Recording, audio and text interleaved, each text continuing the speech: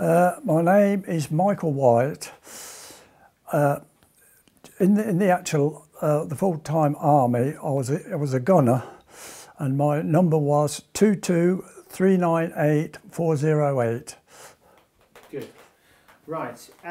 So, Michael, where are you from, and what was life like for you as a boy, pre-career? You know, where are you from? I was born in 1932, so I was a schoolboy during the World War II era, when all the rationing and all the problems were happening, when most of the children really, they had nothing as such compared with the children of today. And so I was actually born in the town of Kettering in Northamptonshire, which was a big, mostly boots and shoes and what have you. And that was basics. What was were you from a big family or small? I had a mother and a father, and we had, I think there were 6 children in our family, and I was number 3. Amazingly, we actually went down in 3 years. My elder brother to my sister was 3 years, and then I to my next sister was 3 years. And what were you like as a child? I was a child because at that time Kettering was a small market town, and we lived in a house right on the edge of the town next to a playing field, and then it was just purely open fields from then onwards. Now, as children, we had to find our own enjoyments and things like that, and this was the period before all these cars and vehicles, so you could actually play football and cricket in the street, and the whips and tops and what have you. And we were right next to a big playing field, and this is where, as children, we used to play football and cricket and all those types of things. And just down the road was there was the railway from St Pancras to, I suppose, Glasgow St Enoch, and this is the period when all the young children used to collect train numbers and things like that, and then we could then go all over the fields to the woods and what have you, and camping and things like that. So it was quite an enjoyable childhood, but basically we had nothing at all. And this was the period actually in the playing field just round the corner sort of thing, is when all these troops were coming from far and wide, and we had all the Canadians in there, the Pratishas, Canadian Light Infantry, and with a friend we used to go through up his back garden and through the hedge, and we used to lie underneath the big 3-ton trucks and what have you, and we used to watch all the Canadians all doing their training and that. And of course also around this area here was during the war period was when all the Americans came, and they had lots and lots of airfields with all their flying fortresses and liberators and things like that. And as children we used to jump on our push bikes, and we used to go to this nearest airfield, a place called Grafton Underwood. We used to put our bikes actually in the hedgerows, and then we used to crawl along the fields, and we used to watch all these planes coming in, some of them with all the engines spluttering, you know, where they'd been shot down or shot at, things like that. And we used to watch all these what do you call it, these parachutes to go up when there was problems or what have you. And as children we used to scamper across the airfield and used to collect these parachutes. And of course at that period there was very, very little security as such, although there were guards on the front thing. But we used to collect all these bullets and cannon shells and all the bits and pieces and things like that. And then also as children, when we was at school, we used to hear this tale about Connors, the flying fortress coming in, and it had been more or less shot up, and it crashed in a field just a short distance away. We used to jump on our push bikes and we used to scamper along there. We used to kind of collect all the pieces of aeroplane glass and all the souvenirs and bits and pieces before the police arrived. And of course the police arrived then used to clear us all off sort of thing, because, you know, there were problems about the aeroplanes exploding and, you know, with the bullets and all things like that. So it was quite an exciting time, and we used to have all the Americans used to come into the town. And I remember on one occasion there was a lot of black Americans, and they came up the main street of Kettering, the Gold Street, and I think there were 4 abreast, and they all came marching up. And of course all the children, even the parents, were quite fascinated, because at that time we'd never ever seen a coloured person and things like that. There used to be the town when the mothers used to threaten the children to say a black man will get you and things like that. But you see, also in the town, because during the war, this was the period when the North Americans and the Southerners sort of thing, they were very anti-coloured. And so in the pubs, when they used to go in there used to be the whites in one pub and there used to be the blacks in another pub. And then sometimes afterwards there'd be these big punch-ups and what have you, and they used to have to call the American MPs and things like that to do it down. But it was very, very exciting, it was, for a young child. And I remember when a thing when we was used to collect train numbers, and I remember the trains, these old steam trains used to bring in, they'd bring in all these perhaps wounded people all from Dunkirk at that time in the early 1940s. And I remember when we used to there, and one of these troop trains came along, all full of troops, and one of them, he actually threw out a dagger. I suppose it was one of these daggers of the Hitler Youth type things and things like that. And I always envied that lad who got that dagger, but it was most exciting. And also when after Dunkirk, in the centre of the town by the local library, they used to be all seated there, and lots of these wounded soldiers, I suppose from the Dunkirk period, they used to sit on the seats, and they used to have these light blue suits and things like that. And I remember all the tanks coming down through the when they used to go from north to south, they used to be churning up the roads and things like that, and they used to see the aircraft, and there were lots of things. And then later in the war, I remember when it became to say like the Arnhem period, and I remember because the clock used to go back, and instead it used to go back 1 hour, it used to go back 2 hours, so it could be light right till about 11 o'clock at night. And I remember seeing all the planes all forming up, all the towing all these gliders until they all went off to Arnhem or to the Rhine and things like that. And this was the period when was all school children and that.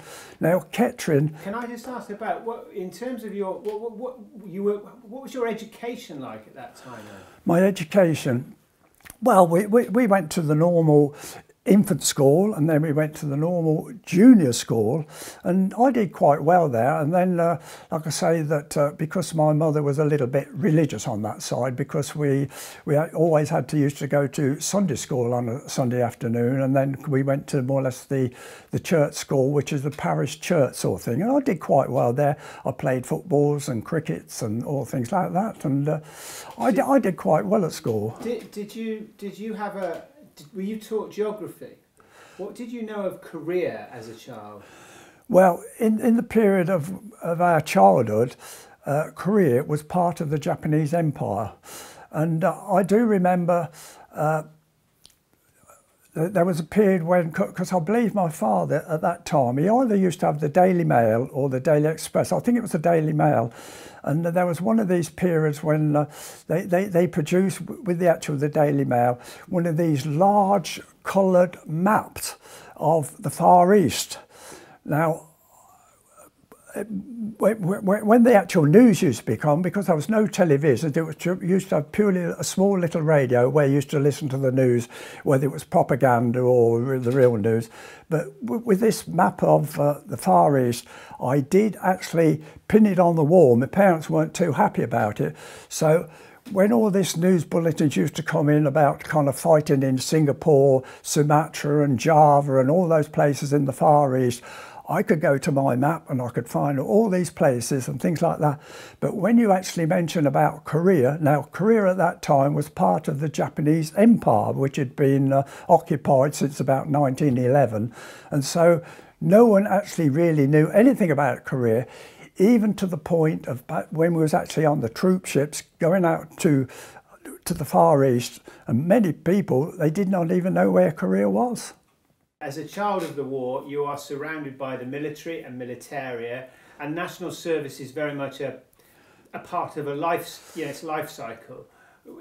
Just tell me a bit about what you remember of your as children during that war period, because you've got to appreciate many families, their father was conscripted into war, and also perhaps uncles and brothers and elder brothers and things like that.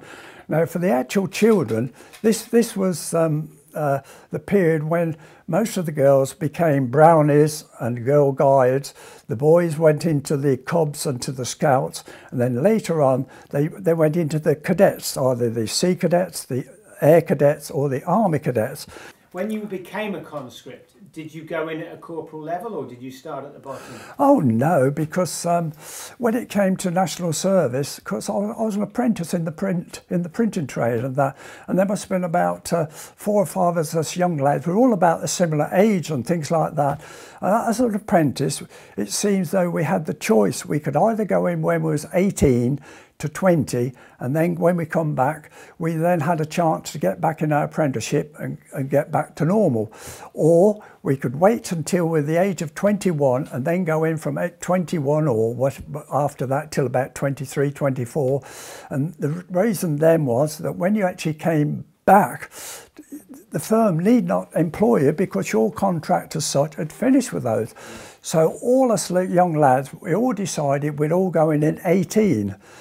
Now, as I'd been in the cadets and the actual training had been kind of so-called infantry training, all the young lads at that era, all we had really was an old push bike. So we all wanted to learn to drive. And so after our medicals and things like that, we had to set like a bit of a test about a mechanical piece and also the education, you know, all the sums and what have you. And so what it is with me, I asked if I could go into the Royal Army Service Corps to learn to drive, but they said no, unless you're prepared to sign on for 5 years, which I was not able to because I was an apprentice. And they said, well, what about the REME? Because you're an apprentice, you don't go in there. And I was not too happy with that. So they said, what about the Royal Artillery? Because they use vehicles to tow their guns. Now, sometime in the past when we'd been in the cadets, I think it was Oswestry, we had a demonstration of the Royal Artillery, and where they brought the quads that pull in the limbers and the 25-pounders, and they brought them into action and all things like that, and then they put the blanks in and they fired the blanks, and it was quite impressive in that. So I was quite happy to go into the Royal Artillery, but the great problem then was, because I'd been in the cadets and I was reasonably intelligent, I could do my maths and things like that, they wanted me to be what they call a TARA, which is Technical Assistant Royal Artillery, which is actually the plotting of the targets and putting the guns on line and lining up the guns with these directors, which is like a thing like the surveyors use, you know, when they're on the building sites and things like that. I was not too happy with that, and I still insisted. As I'd been a former cadet, I was under the impression that I had some sort of a choice and that I wanted to be a driver. And so eventually I was allocated to go to Rhyl in North Wales to be trained as a driver. And so when we went to Rhyl sort of thing, the camp there was divided into two. One lot was drivers and one lot was signallers. So the very first vehicle I actually went in or drove was on the main square. They had bollards on the 4 corner, and I remember there was a big scamper for the small vehicles, the 1500 weights and what have you, and I remember clambering into this big Bedford 3-tonner QL sort of thing, and it was so high up and the gear stick was back, and I thought I should never drive one of these huge things. So we then set off driving around the square, around the bollards, we're crunching and grinding, and then eventually when we became more efficient, we went back onto the quieter roads, and then eventually we went on to the dual carriageways up to Chester and what have you. When we actually went to Rhyl, we went there theoretically for 6 weeks, but each fortnightly intake you was destined to go to a different place, such as like Germany, you go to Cyprus, you go to the Suez and bits and pieces. And my fortnight intake was to the Far East. So because we was going to the Far East, we had to do an extra 6 weeks, and everywhere we went we had to carry our rifles, whether you went to bed, whether you went to the toilet, or wherever we went, you had to get used to it, so that whenever you moved you automatically took your gun with you and things like that. So that is another thing that I actually remember there. But we also was doing infantry training as well. It was not just purely driving and maintenance and what have you. How did you feel about leaving the country and going to the Far East? You know, you knew a bit more about it than many. I was in that intake which was going either to Singapore or Hong Kong, and I was quite thrilled really, you know, to go into far distance, but you appreciate some of them were not too happy because they had these bad memories of the Japanese during World War II. After we left Woolwich, we went on the train down to Southampton docks, and this is where we boarded the Empire Fowey, which was an ex-German liner, and this is where we set off, and there was all sorts were actually on this ship. And so we set off, and we had to call in at Gibraltar to drop off someone with appendicitis. Then we carried on through the Mediterranean. I was most disappointed in the Mediterranean because it was dirty brown and quite choppy. I was expecting a beautiful blue sea. Through the Mediterranean, we landed at Port Said, top of the Suez Canal, and this is our very first shore leave in Egypt. And that was quite exciting, but it was very scruffy and all things like that. Then we went down because we had to wait at the top of the Suez Canal for the up and down shipping. It was up and down. So then we went down the Suez Canal, and I was very surprised how narrow the Suez Canal is, because it was quite a fair size ship. It was an ex-German liner, and then we went into the Red Sea, and the Red Sea turned out to be blue, and this is when we started wearing our shorts and what have you. And one or two people got quite sunburned. Then we called round the corner of the Hook, and we called in at Aden, and that was another place. That was the first place I ever saw a camel. When did you leave? I left August the 10th, 1951. I remember all these dates because I had a little diary. Yes. And then from Aden we crossed the Indian Ocean, which was quite calm, and then we called in at Colombo in Ceylon.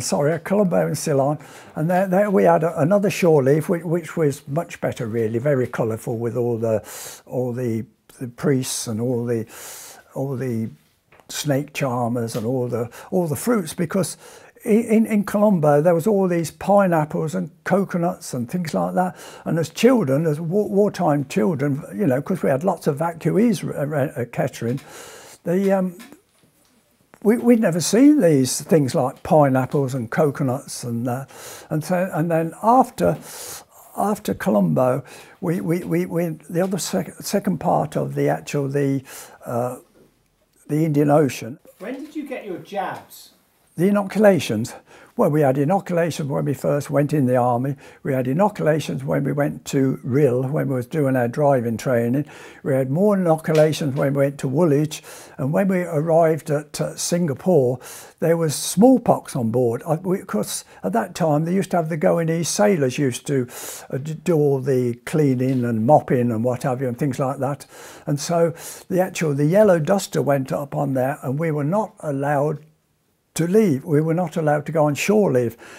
Now this party of 31 odd gunner drivers as such, we were split up. So what I think they did A to M, and then they all got off and they went to Singapore, and then from M to Z, because my surname is W, so we carried on to Hong Kong.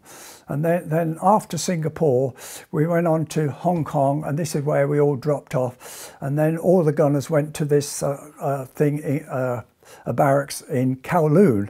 And there was always requests for volunteers to go to Korea. And my friend and myself, we more or less decided perhaps we ought to volunteer for Korea, you know, a bit of excitement, a bit of adventure. And it was that time that there used to be two large newspapers in Hong Kong. There was the Hong Kong Standard and the China Morning Post. These were the large broadsheets. And in there at that time, in April, there was this almighty battle going on and things like that. And the Gloucestershire Regiment, which is a complete battalion, they more or less ceased to exist. I think only about 45 escaped. And the Royal Artillery Mortar Troop, all the mortar troops were attached to these infantry, and they actually, when they fired off all their bombs, They smashed up the sights, they buried the barrel, and then they fought as infantry soldiers with the Gloucesters, and they were nearly, those what were not killed or wounded or things like that, they was all taken prisoner. Yeah. And so after reading that in these Hong Kong Standard, we decided no way we're going to Korea. And it was just after that, it was only a short period, that he then decided that 4-2 battery, which was all Bofors, they were all going to Korea. They were all going to be like replacements or such, all going to Korea. And they was one troop was going on Bofors, because at that time there was not a great deal of air activity from the Chinese or the North Koreans. All the activity was mostly from the UN side, because they were United Nations. So they decided only one troop would go on Bofors, and all the rest was all going to be retrained on these mortars. Now at that time, I'd never even seen a mortar, even though I'd been in a cadet. I knew what a mortar looked like and things like that. So we went to visit a local thing with these 4.2 mortars, and they gave us a demonstration how the 4.2 mortars came into operation, how they fired and all things like that. And so we then went back to our own thing, and then we had a period of training. So after that, I was then designated to be a TAR. And now this is the job I turned down when I originally started my national service. Now this consisted of some people actually went back to Singapore on a course, and I had a course with others, with a gunner sergeant who was on these big 5.5 medium guns, which were also based in gun club barracks. And then we went on this course with all this, how to plot these targets, how to put the guns on line, how to use these directors. A director is a similar thing like you see the surveyors use on a building site and things like that. And so after all that was happened, all that was finished, we all got together, all those that actually drivers, trained on the guns, the signals, and the TARers, all put it together. Are you actually handling this, or are you number 2 or number 1? I mean, are you actually doing more training and you deciding? What actually happened, you see, in Korea, we had 4 mortars at the end. And when we first left Hong Kong, we had a gun crew of 5 persons. There was one person who was actually sighting the mortar, one person dropping the bomb in it, and then there was other person, then they used to have a sergeant at the back, he was in charge, and then they'd perhaps have an ammunition party, because these mortars used to drop them in quite frequent and that. How quickly could you drop them in? Well, how quickly can you fire in a minute? We was on the lot. You see, in Korea, there were about 3 types of mortars. The infantry had these tiny 2-inch mortars, and then they had these 3-inch mortars, where they more or less generally used, I suppose, saturation as such. But the gunner mortars, they were 4.2. They were larger mortars, and they had these quite large bombs they did. And so, Michael, which one were you, 3s or 4.2? We was on the 4.2. We were the gunner mortars. And you see, with the gunners, we fired our mortars similar to, say, like the artillery fired their 25-pounders, where you used to have an OP in front sort of thing on top, because Korea was all hills and valleys. You used to have the OP on top sort of thing, and they used to either by radio or telephone or whatever phone back to the guns and the TAR with the map reference. The TAR then put it onto his artillery board, and then it used to do that. And the first gun used to fire what I call a ranging shot. That's right, used to range shot. That used to shot, and then the OP used to say up a bit, left a bit. And these are all map references and things like that. And then kind of and then when it was all ready, all 4 guns, they'd either fire, you know, they ordered 5 rounds gunfire. The guns would fire singly like that, or you could have what they call a 1-round salvo, where it'd hold the bomb in the top, and when they used to fire, it used to go bang like that, and then there used to be this almighty crash used to go off, and all 4 guns used to go there.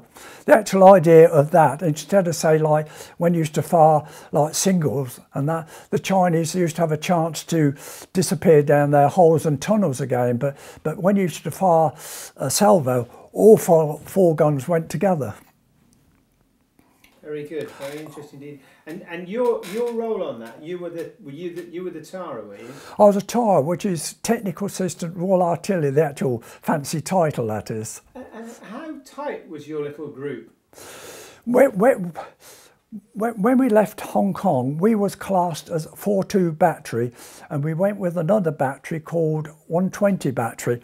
Now, in each battery there was 3 troops. Now, in 4-2 battery, one troop went over as Bofors, and the other troops went over as went over as mortars.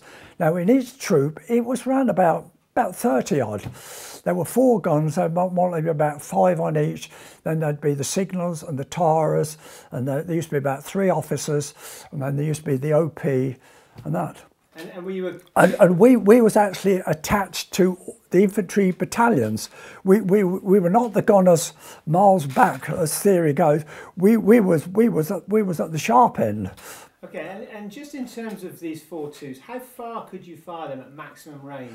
The actual maximum range, because in Korea it was all hills. Now with the field guns, they were set back and they used to fire across, but with a mortar it went up like a rocket, and it used to. So we was theoretically one side of the hill, and we used to lob it over the other side there. So the other side of the hill was what they call no man's land, and the Chinese would be on the other hills and things like that.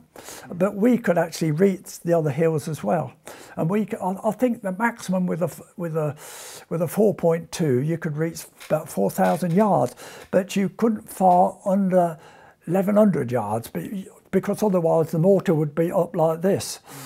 And when you used to fire at about 4,000 yards, which was very, very rare, the mortar was down like this, and the bomb would go in there, and they used to thump it down and that. But most of their things would be about 2,000, 3,000, things like that. But most of the distance was up in the sky before it dropped. And we had 2 bombs. We had the high explosive, and we also had a phosphorus bomb, which was like which was also a smoke bomb and things like that. I was going to ask you about how much, as the Tara, obviously you're having to do all this mathematical calculation, which I guess comes second nature. But how much of an impact does cold, rain, wind affect? With the field guns, it did make a difference really, but with the mortar, it made very little at all and things like that, because the mortar barrels used to get quite hot. They did, really hot, and we had lots and lots of misfires. Now, when we used to have these 5-round guns fire, 10 rounds gun fire, all these and used to see the bombs go up into the air, and of course there were a lot of defective bombs. Lots of these were the old World War II bombs, which they used in, I suppose, in Normandy and places like that, and the actual fins used to drop off. So instead of going up like a rocket, the bomb part with all the explosive in used to start twiddling round and used to make a swishing sound, and they used to drop short. Now, a good example of this, which there were lots of examples really, that we were supporting the Canadians at that time. We were supporting the Canadians, and we had one of these things, and we had a load of these defective bombs, and 5 bombs, always remember, 5 bombs out of 6 landed on one of the forward platoons of the Royal Canadian Regiment. Fortunately, no one was actually killed because they were very well dug in and things like that. It was only our pride, really. I mean, the gunner's pride, really. But this happened quite often. I remember a friend of mine, they dropped bombs on the Australians and all things like that. Did you ever have any that exploded as soon as they left the barrel? In our instance, we did not. Now, in some of the other troops, they had what they call a premature. This is when, you see, when you're firing, especially at night time, because it's all pitch dark and that, when you're firing at night time, the bombs are going in and, you know, big flashes and bangs and what have you.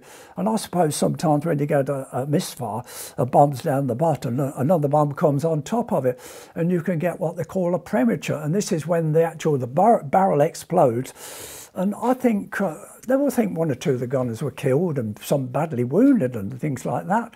25 pounder, they had I remember they had a misfire, and I think the barrel goes back like a banana skin. It blows up, and you know the crew are either killed or badly wounded and things like that.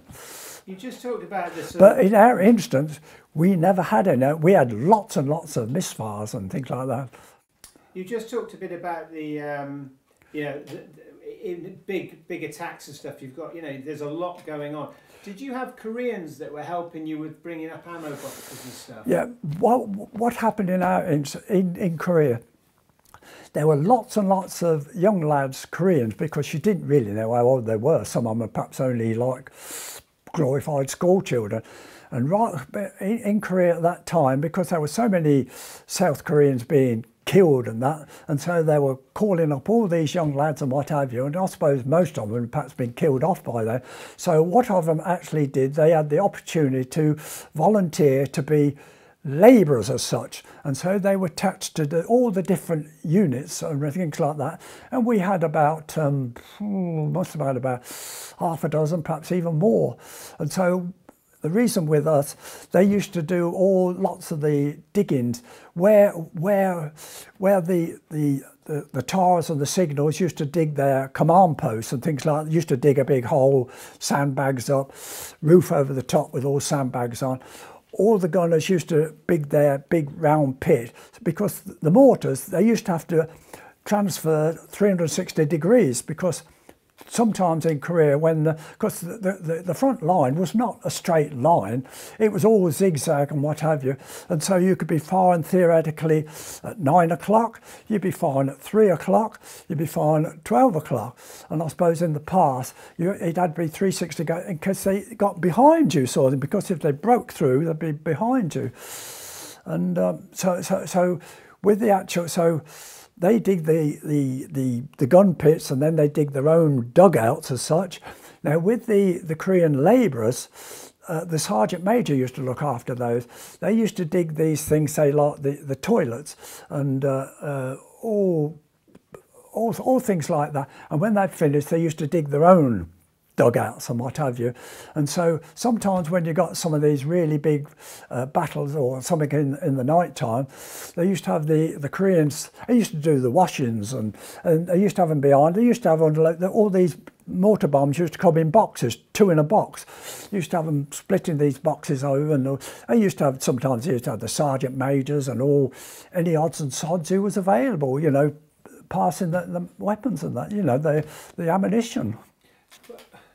Tell me a bit about your work in the tower up in the OP posts and what you could see and the effects of what you've been doing. You know, do you remember sort of thinking, these are my mortars, I can see where they're landing, what they're doing? What we was like a small section. We had the 4 mortars in the gun pits here, like that, and then because they were like zigzaggy and things like the mortars, they weren't all in a row, and then they had their dugouts more or less next to the mortar, and then we had what we called a command post. Now in our troop, all we had was 3 officers. We had a captain who was a World War II. He impressed me when we first got there, because he called us all together, about 30 of us, and he had about 2.5 rows of medals, and he had a glider pilot's wings above. I was quite impressed, really. I think he'd been to either Arnhem or the Rhine, you know, with the gliders and what have you. He brought us together, and he told us basically what would happen, and he said, we shall never gather together like this again, because if the shells come in, they'll kill the whole troop in one go, sort of thing. So that was basically what it was. And then, so let's say, we then had to build our own places, and then we built this command post, for want of better words, because I don't think there was one. We built this big big hole with sandbags up. We built a little section for the officer, the command post officer. Now in this command post there, we had a 19 set, and we had 1 or 2 telephones and bits and pieces. And of course, at that time, we had to use candles. You know, the ordinary white candles, and then we eventually made these homemade paraffin lamps with these old cigarette tins. We used to put a wick into, and then eventually we did get a proper lamp. And so what happened then, we was theoretically in the command post, and the 4 mortars were more or less the side of us. We used to get this thing come over on the radio. Of course, the gunners used to have a marvellous radio procedure sort of thing, you know, all guns and things like that. And then all the guns used to come back as a map reference 126, 154, and there used to be a thing called oboe tear, which is the bearing from the OP to where the Chinese mortars were firing, for want of better words. And so I used to have to plot this map reference on this artillery board, which was a map, was blank, and it was all grid squares, and all round was all the 360 degrees, and that. And so the actual the gun, pivot gun was the first one. Used to do our position, his map reference there, used to put a plug in it, and used to have a metal arm, and that used to go up with all the graduations in 25 yards, I suppose it would be in those days, sort of thing. And that used to give you to the spot where I'd plotted where those mortars were. That would go up there, and it would give the map reference there, like 126, 154, things like that. And then round the edge was all the bearings, and then it would go to the top there and be 10 degrees.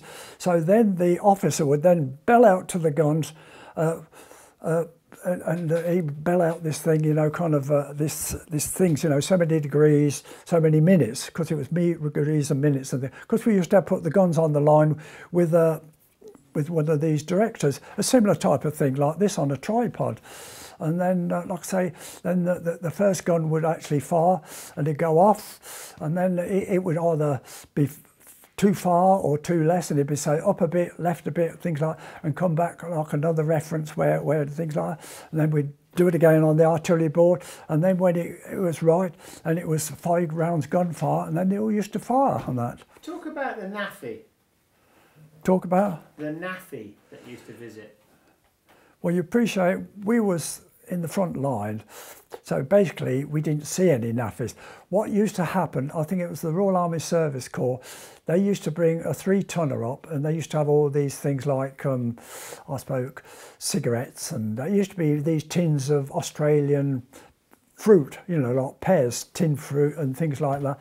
And there was maybe razors and all things like that. But you see, at that time, they didn't pay us anything. We had this so-called currency, what were called baths. It was similar to like they used to have in World War II sort of thing. And it was like for like notes, like threepence, sixpence, half a crown. And of course, I mean, it wouldn't be a pound, it wouldn't go as high as that. So we used to buy these things. But we also used to have 3 tins of cigarettes, these 50 cigarettes, because I didn't smoke. And then, of course, we was more or less attached with the Americans, and we used to get these big 200 packs of cigarettes. And so when it came to NAAFIs, we didn't see any NAAFIs at all until we actually went back behind the line, perhaps on leave, perhaps on, because I went to leave on a place called Incheon, went there for about so many days and things like that, but which were further. And then we went on R&R leave to Tokyo in Japan. That's the only time we ever saw these NAAFIs. So basically, we didn't spend any money, so all our monies as such really accumulated as credits as such. Tell me about the convalescence area at Incheon. What was it like at Incheon? Can you remember? Incheon? When you went to the sort of... Oh, it was yeah. It called the convalescence area, wasn't it? No, I don't think so. It was just like a rest and recuperation, for want of a better word. What it was Incheon as such, in the early days, this had been where the big American landing was, you know, the big shippings, all the battles going on around there. And so the line had moved forward, and so around about Incheon they set up all these big, like American type tents, and there was some of the English WVS were there as well, and so they had these big tents, and also in the tents they had these camp beds, and so when we actually went back there, because being on the guns, we were not allowed to sleep in the daytime. We was either digging or taking posts and all these bits and pieces, and nearly all through the night we were called out, take post, and plotting and bang, bang, bang. So people became very, very, very tired, they did. And so when we went on to these, when we eventually used to go to this Incheon, they used to go in dribbles and drabbles, just odd one here and things like that. And then they had these big tents, and I remember they had these camp beds and things like that.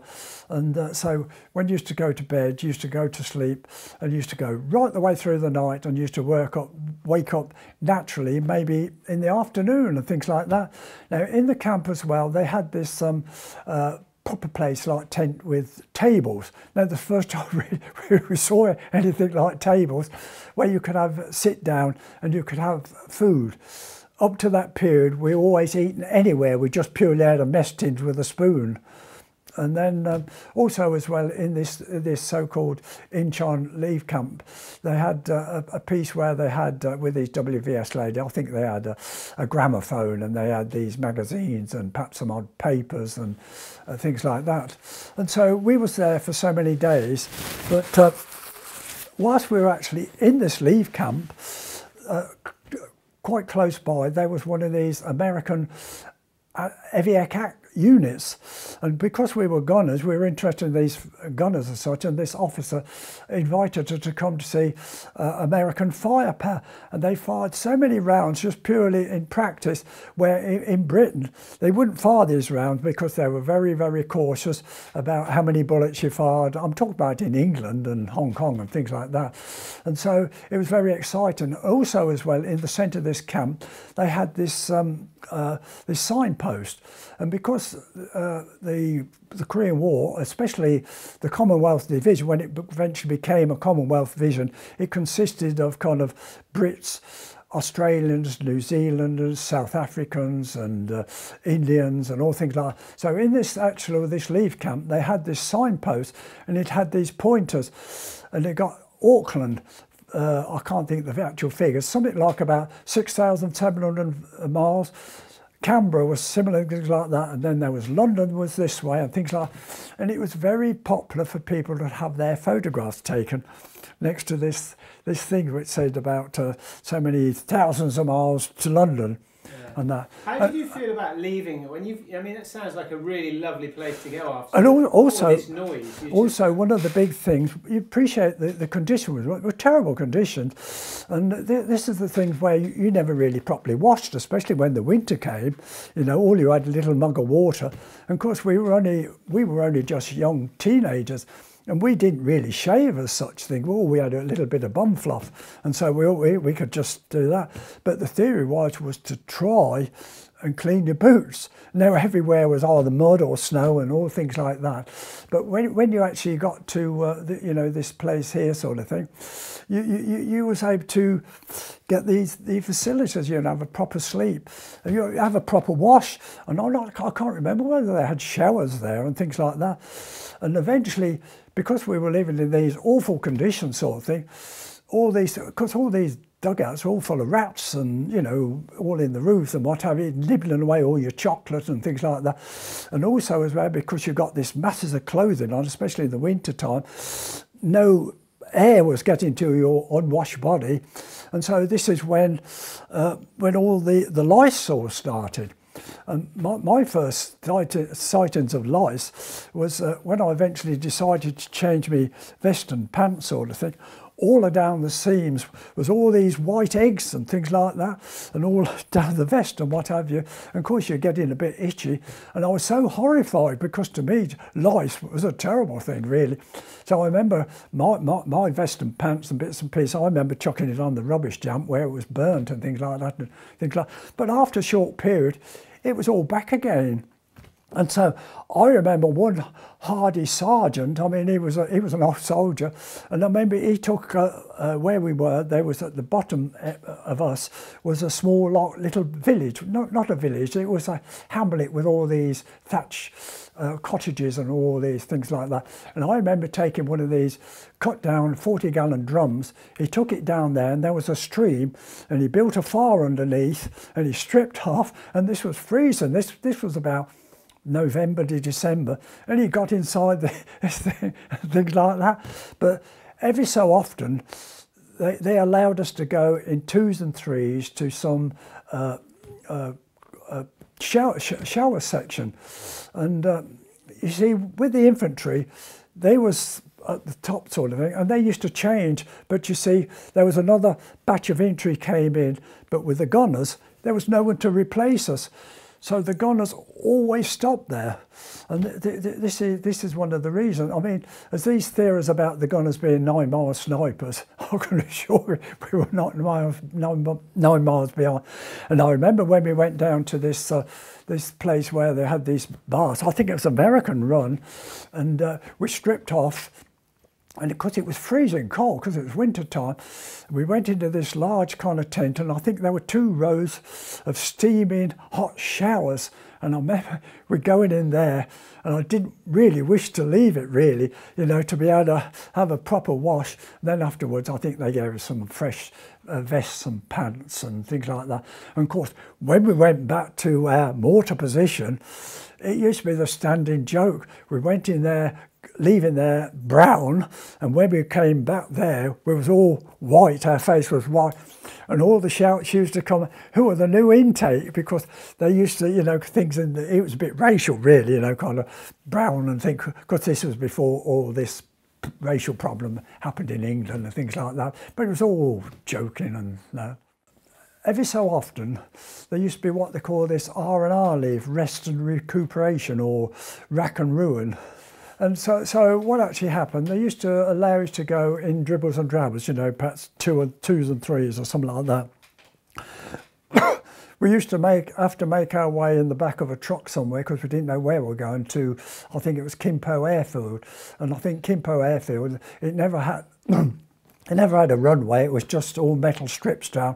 And it was mostly, you know, planes like Dakotas and Skymasters and all Globemasters and all those types of things, and they used to fly you to Tokyo, and if I remember rightly, it took around about 4 hours.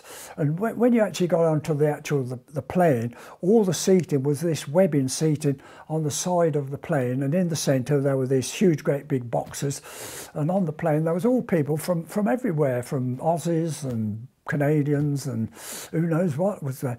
And it took about 4 hours, and I always remember flying over Mount Fujiyama. This is the one with the volcano with all the snow on the top, and it looked beautiful. And then we actually landed somewhere in Tokyo, and then they transported us to this place called Ibisu Hotel. And well, it wasn't really a hotel, it was I suppose it was a transit camp. And so we had about, I think we had about, was it 5 days? I can't remember, 5 or 7 days. Now, when we got there, it was amazing, really, that it was actually run by the young Japanese girls, and they had proper beds, and they had white sheets on. It was the first time I'd ever seen white sheets joining the army.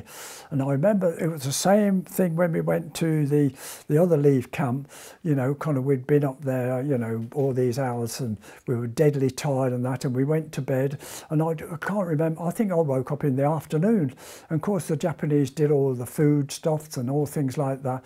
And whilst we were there in the actual leave camp, I think they had some WVS ladies and they tried to organise some of these trips, you know, going to Hiroshima and to some of these famous places, you know, tourist places in Japan. But you appreciate the lads had just come back from the drab front line of Korea, and the last thing they wanted to see destruction, say, at Hiroshima and that. And so all they wanted to see really was, say, like the bright lights, you know, because we'd been in at night time, it was more or less permanent darkness and that, and so Do you remember the? Do you remember the girls with the badges on them that gave you their medical cleanliness to say they were clean?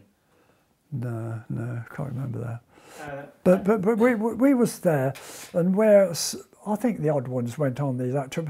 But I remember the first evening we went out. There were about 5 of us lads.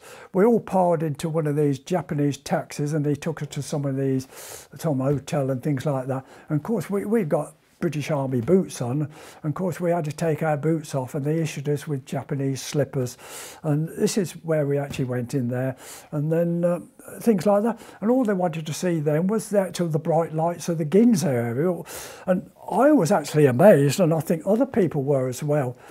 We was expecting Tokyo to be a wreck, for want of better words, you know, all destroyed by all these American planes dropping all their, you know, incendiary bombs, and it was all burnt out, all these wooden so-called houses. But there was all these, there were big stores there, and they had all these things in the windows, which was much more advanced than it was in England when we left. And I remember going around the Hirohito's palace and all things like that, and it was quite good. And then after the end of 5 days, it was back, and it was back to the front line as such.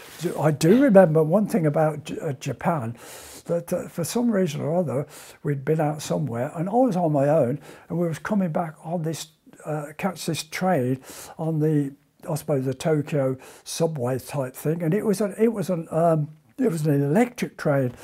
And I was on my own, and everywhere was all Japanese characters, and I tried asking different people, and of course all they could speak was Japanese, and I came across a young lad, I think he must have been a student, and he had like a porter-type uniform with a porter-type cap, and he could speak English, and I'd got to get back to this Ibisu hotel somewhere and things like that, and he pointed to me on this train. And eventually the train went on and on and on. I got no idea where I was going. I could have finished up anywhere. But eventually we came up to what they call the station of Ibisu, and there it was in English letters, Ibisu. And I was so pleased. I could have gone anywhere. I always remember that. But it was a time where when the troops went, and I'm talking about Canadians, Australians, and what have you, and lots of the old soldiers, all they wanted was the big booze sort of thing, because I didn't really smoke and I didn't really drink as such, and so all they were interested in going to the bars and all the women and all the things like that. And but like I say, that's why I asked you about the lady, because I found out recently that the Japanese women in the bars, they'd line up and they all have a little metal thing on them, and that basically told you that they were healthy, so they'd had their doctors Oh, check, I see what you mean. Because lots of the old soldiers, a lot of them were perhaps married and things like that, and they all went there for the prostitutes and things like that. But to say, we were just the young national, so we were the what do you call it, the virgin soldiers. We were. Okay, so let's move to July '52. You're coming to the end of your coming service. To the end, yeah. And how did you feel about, it's obviously been an exciting time and a responsible time and a hideous time. I found at times in Korea it was an adventure. It was very exciting, but at times it was frightening. It was really frightening.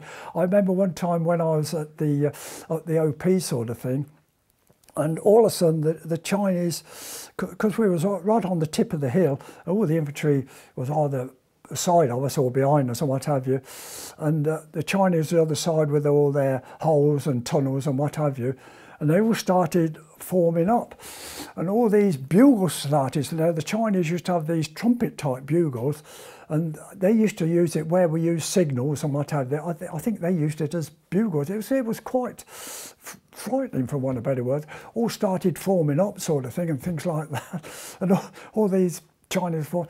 And I always remember the OP officer, kind of like more or less next door, he picked up the thing with the thing, and he went through to the 25 pounders behind us, not the mortars, the 25 pounder, because the gunner OPs, they used to fire anything, whether it was the big American, what was it, the big big guns at the back anyway. Used to fire anything. He went through to the 25 pounders. He gave the map reference and things like that.